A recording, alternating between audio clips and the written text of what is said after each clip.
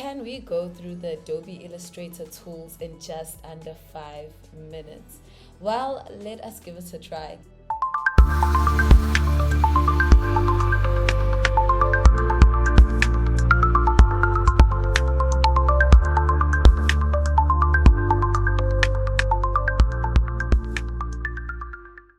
Hi everyone, my name is Nopondo Fundile, your graphic designer from Element Design, and for today's video we're going to be going through the tools in the Adobe Illustrator software. Now I'm also going to be showing some really cool features by Adobe Illustrator. Those features make the learning curve really less steep for those who are using the program for the first time. So let us get started.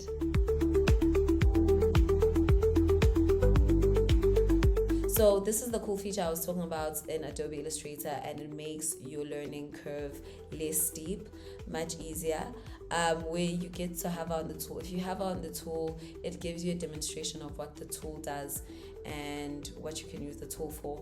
So basic selection tool is you can select an object, the entire object, and move it around. Then we've got the direct selection tool. The direct selection tool helps you pick specific points on a shape. So now instead of moving the whole entire shape and you just want to move a point, you pick the direct selection tool. Magic wand tool, you get to magically select elements that are similar in color, and that makes it easier when you've got like a lot of elements in your artwork, like stars. Your stars were orange and now you want to make them yellow. You don't have to like go and select every element or every star individually. Then there's the lasso tool. So when you are selecting objects with the selection tool, you have you select out, like if I'm selecting here, you can see that it's drawing out a square or a rectangle. The direct tool is allowing you to select a point. But what if you want to select elements that aren't necessarily in a square shape? For this cute little monster, you'll also most probably select the mouth, and you don't want that. So the lasso tool is perfect for selecting points, part segments, and objects by drawing freehand shapes. I think it's easier to also just say what's written on there. So the pen tool is to create parts with precision using anchor points and free handles. Then the curvature tool is to create and edit curved and straight lines easily, and in a way that is, as you can see, if you had to be using the pen tool for that, it would probably look super weird. But the curvature tool makes it look more natural. Then we've got the text tool. Now, if you left click on your mouse when you're hovering or when on these tools, you get all the different type of elements or tool functions for the same tool. We've got the line tool, where you can draw straight lines with. You've got the rectangle tool at first sight, but then if you left click on the tool, you will see that you've got the rounded rectangle tool, the ellipse tool, the polygon tool, the star tool, and the flare tool. You've got the brush tool. The brush tool, draw parts with brush strokes applied. The lovely thing about this is that you can change your brush strokes. You can make them smooth. You can make them rough like that one, grungy. We've got the shaper, where you draw freehand to create shapes automatically and merge or remove overlapping areas. Now let's go to the eraser tool. Eraser tool is simple. We are erasing, as you can see, remove parts of a path or shape. Rotate tool, rotate objects around a fixed point.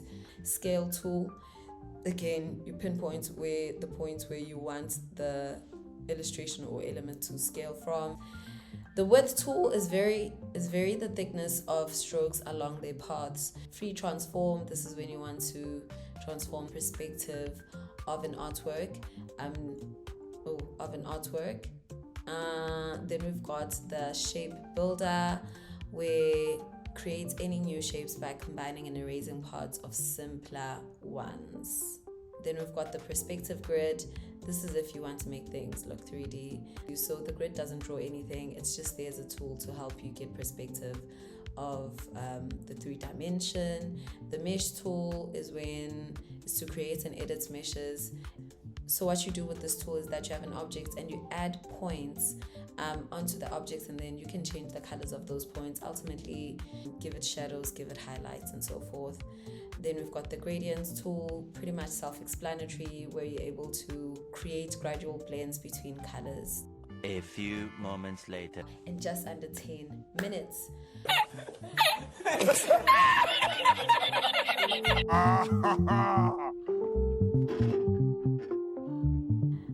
Then you've got the dimension tool, measure and plot linear, angular, and radial dimension. This is super cool when you are designing for print, for packaging specifically.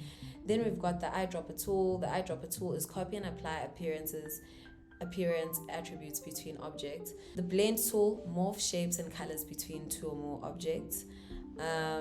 So as you can see in the demonstration there, I've never really used the blend tool, but I think would make such a cool graphic. The symbol sprayer quickly adds symbols into artwork. Column graph creates column graphs with your data, measurements and points, and that will be represented on the graph. Artboard tool is that you get to now by freehand create and adjust artboards on the canvas. So this gray part is the canvas, this white part is an artboard, and if we wanted to change the width of this, we select on artboard and then change it. Let me undo that. Okay, let's hover over the slice tool. Define boundaries between elements in web layouts. We're gonna have so much fun going through each. I think we should do, and what we are gonna do is projects with each of these tools, just like focusing on them and going through the like core potentials. The hand tool is to literally just move around the canvas and the artboard. And then last two, we've got the objects on path, align and arrange and move objects on a path. That is amazing. And then we've got the zoom in and zoom out of a canvas and artboards. See your fill and stroke, set interior and outline, color, pattern or gradient. If you click here, double click on that one, that's the interior. If you double click on the black, that's the exterior. And these are fills, this is the color, but if I wanted to make it a gradient, I would just say click on gradient here, so it automatically becomes a gradient. Let's draw a shape. But if I wanted let's now click on the fill. So once the fill comes in front and I click on the none, sorry, I nearly said no fill, it then makes it transparent or takes away any design elements in the center.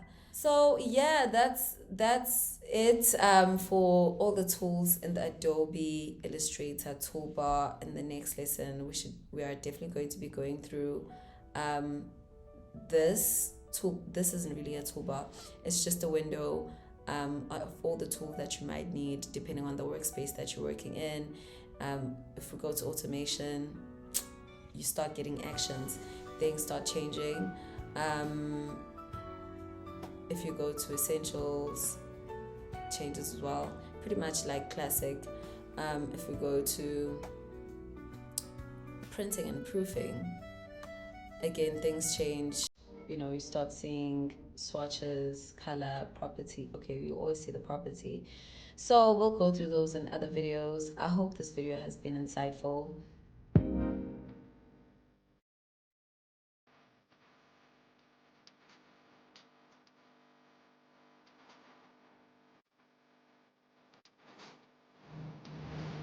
So remember to like, subscribe, and comment to get more videos on content that is relevant to you and content that makes graphic design easy for you. That's what I'm here for. I'm your design fundy. Thank you. See you in the next.